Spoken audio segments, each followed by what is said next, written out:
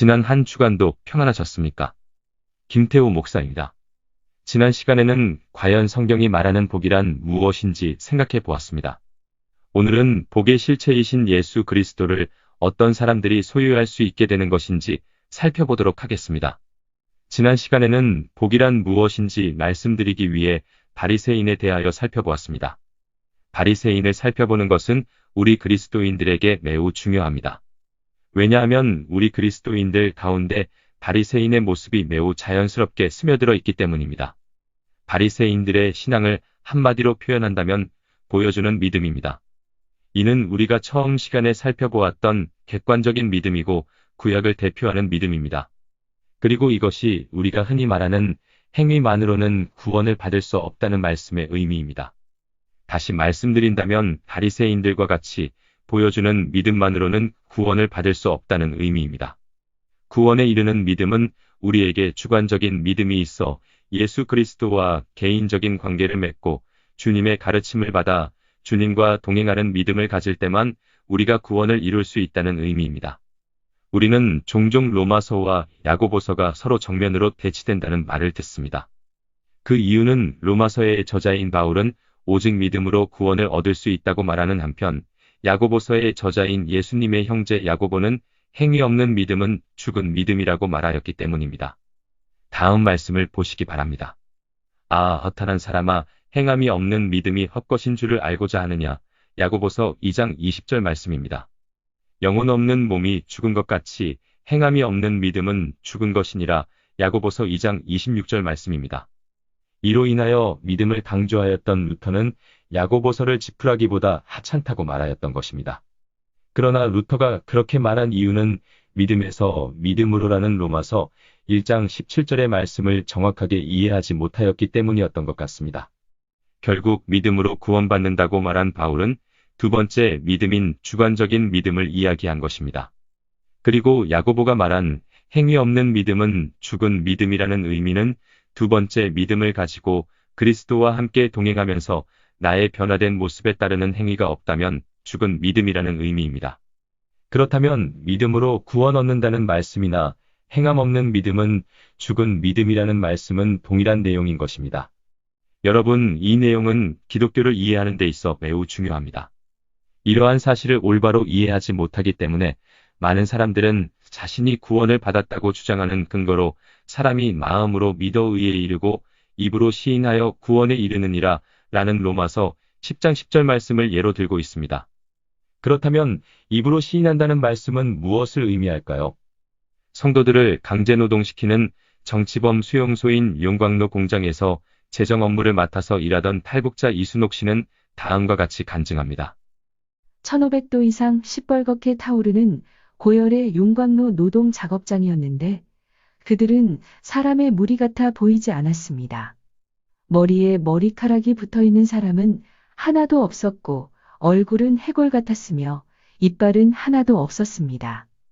그 사람들은 잡혀올 때는 정상인이었는데 거기에 와서 하루에 16시간 또는 18시간씩 고열 속에서 일하다가 척추가 녹아내려서 뒷잔등에 혹이 되어버렸고 몸이 다 휘어져서 앞가슴하고 배가 마주 붙어 있었습니다.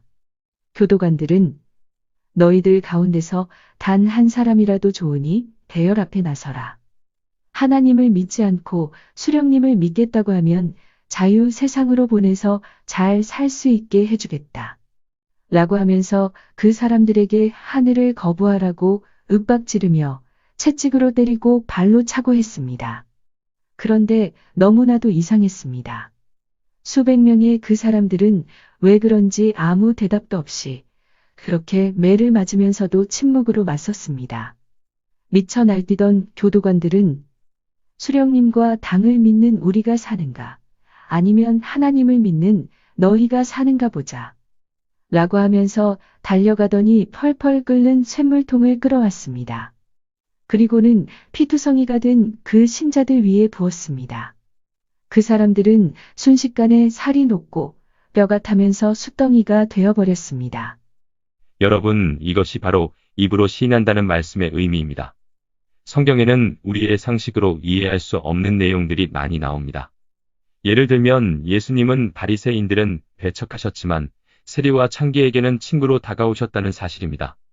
당시 세리와 창기는 모든 사람들이 죄인이라고 정죄하는 자들이었습니다. 유대 사회에서 이들은 모두 율법을 지키지 못한 죄인들이었고 소외당한 자들이었으며 사람 취급을 받지 못한 자들이었습니다. 이런 사실로 인하여 바리새파와 같은 사람들은 랍비와 같이 존경받던 예수님께서 이들과 함께 교제하는 것을 못마땅하게 생각하였던 것입니다. 다음 말씀을 보시기 바랍니다. 인자는 와서 먹고 마시매 너희 말이 보라 먹기를 탐하고 포도주를 즐기는 사람이요 세리와 죄인의 친구로다 하니 누가복음 7장 34절 말씀입니다. 그러나 이에 대하여는 이미 이사야가 예언해 놓은 내용입니다. 다음 말씀을 보시기 바랍니다. 주 여호와의 영이 내게 내리셨으니 이는 여호와께서 내게 기름을 부으사 가난한 자에게 아름다운 소식을 전하게 하려 하심이라.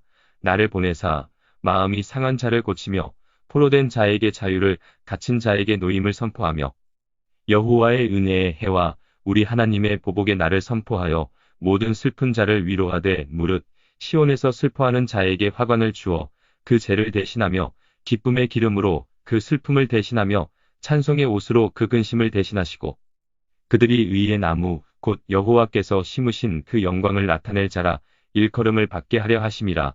이사야서 61장 1절에서 3절 말씀입니다.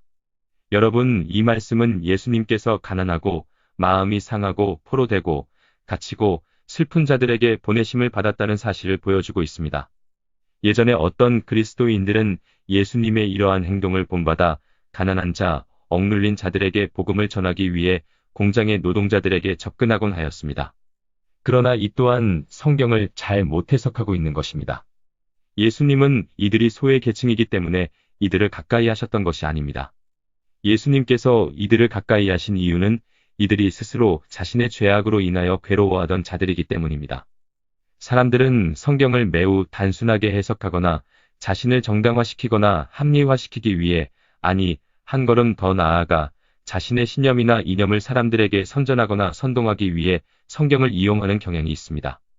바리새인들이 성경에 접근할 때 율법의 정신은 생각하지 않고 율법의 문자적 내용만 지키려는 오류를 범하였던 것과 마찬가지로 노동자들의 편에 서서 지배 계층과 맞서면서 예수님께서 소외된 계층에게만 관심을 가지고 그들과 가까이 하셨다고 주장하는 것 역시 성경을 왜곡하는 것입니다.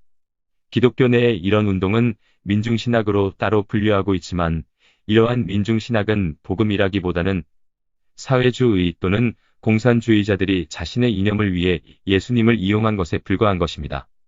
바리새인들은 스스로 율법을 잘 지킨다고 생각하고 있었기 때문에 이들은 자신이 의롭다고 생각하였을 뿐 아니라 자신의 의로움을 강조하기 위해 죄를 짓고 있는 세리와 창기들을 정죄하였습니다. 그렇기 때문에 예수님께서 이들을 죄인들로 정죄하셨던 것입니다. 그러나 세리나 창기들이 상한 심령을 가지게 된 이유는 자타가 공인하는 죄인이었기 때문입니다. 이들의 삶은 누가 보아도 성경의 가르침과 상반되는 삶이었기 때문에 이들은 스스로 자신을 변호할 수조차 없었습니다. 이들은 그저 하나님 앞에서 자신의 가슴을 치며 스스로 죄인임을 고백할 수밖에 없었습니다. 다음 말씀을 보시기 바랍니다. 또 자기를 의롭다고 믿고 다른 사람을 멸시하는 자들에게 이 비유로 말씀하시되 두 사람이 기도하러 성전에 올라가니 하나는 바리새인이요 하나는 세리라. 바리새인은 서서 따로 기도하여 이르되 하나님이여 나는 다른 사람들 곧 토색, 불의, 간음을 하는 자들과 같지 아니하고 이 세리와도 같지 아니함을 감사하나이다.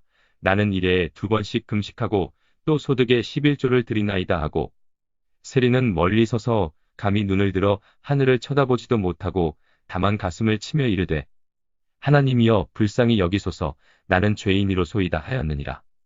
내가 너희에게 이르노니 이에 저 바리새인이 아니고 이 사람이 의롭다 하심을 받고 그의 집으로 내려갔느니라. 무릇 자기를 높이는 자는 낮아지고 자기를 낮추는 자는 높아지리라 하시니라. 누가복음 18장 9절에서 14절 말씀입니다. 여러분, 이것이 바로 율법의 역할입니다. 그리고 이런 사람들을 위해 예수님께서 오신 것입니다. 정의에 따라 이들은 모두 죽어야 했지만 하나님의 공의에 따라 이들에게 구원의 길이 열린 것입니다. 정의와 하나님의 공의의 차이가 무엇인지 궁금하신 분들은 제 동영상 1회 믿음에서 믿음으로 1을 참고하시기 바랍니다. 하나님의 공의가 바로 예수 그리스도였고 예수 그리스도를 필요로 하는 조건이 바로 자신이 죄인임을 알고 인정하는 것입니다.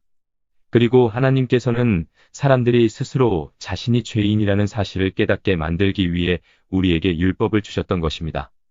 세리와 창기들이 가난하고 마음이 상하고 포로되고 갇히고 슬픈 자들이 된 이유는 자신이 죄인이라는 사실을 깨달았기 때문입니다. 그리고 그러한 죄인은 드디어 하나님의 공의를 이루어 주실 구세주인 예수님이 필요한 자들이었던 것입니다. 그리고 이것이 바로 예수님께서 이들에게 다가가셨던 이유인 것입니다.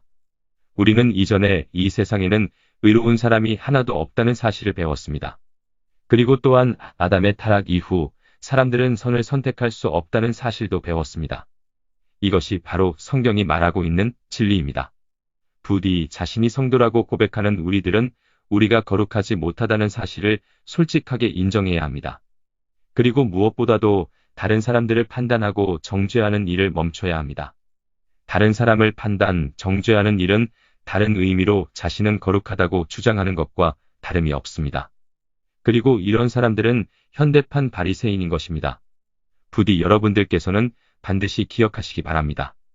예수님께서는 모든 사람들을 받아주셨지만 스스로 거룩하다고 높이면서 다른 사람들을 정죄하였던 바리새인들을 저주하셨습니다. 그리고 바리새인들은 천국에 들어갈 수 없다고 말씀하셨습니다. 이런 사람들은 교회 밖 세상에 있는 사람들이 아닙니다. 이들은 우리와 함께 교회에서 예배드리고 교회의 높은 자리에 앉아 큰 영향력을 미치고 있는 사람일 수도 있다는 사실을 기억해야 합니다. 이들이 천국에 들어갈 수 있는 여부는 분명히 하나님의 손에 달려 있습니다. 그러나 바리새인의 예를 보면서 우리는 모두 조심해야 할 필요가 있습니다. 부디 이 말씀을 청취하시는 여러분들께서는 우리 모두가 죄인이고 하나님의 자비와 은혜가 필요한 사람이라는 사실을 인정하시기 바랍니다. 이것이 기독교 신앙 생활의 시작이고 우리의 신앙 생활 가운데 항상 기억해야 할 사실입니다. 부디 우리 모두는 다른 사람을 판단 정죄하는 대신 내가 받은 은혜를 함께 나누어 줄 수 있는 귀한 하나님의 백성들이 되실 것을 축복합니다. 다음 이 시간까지 건강에 주의하시고 평안하시기를 기도합니다. 샬롬.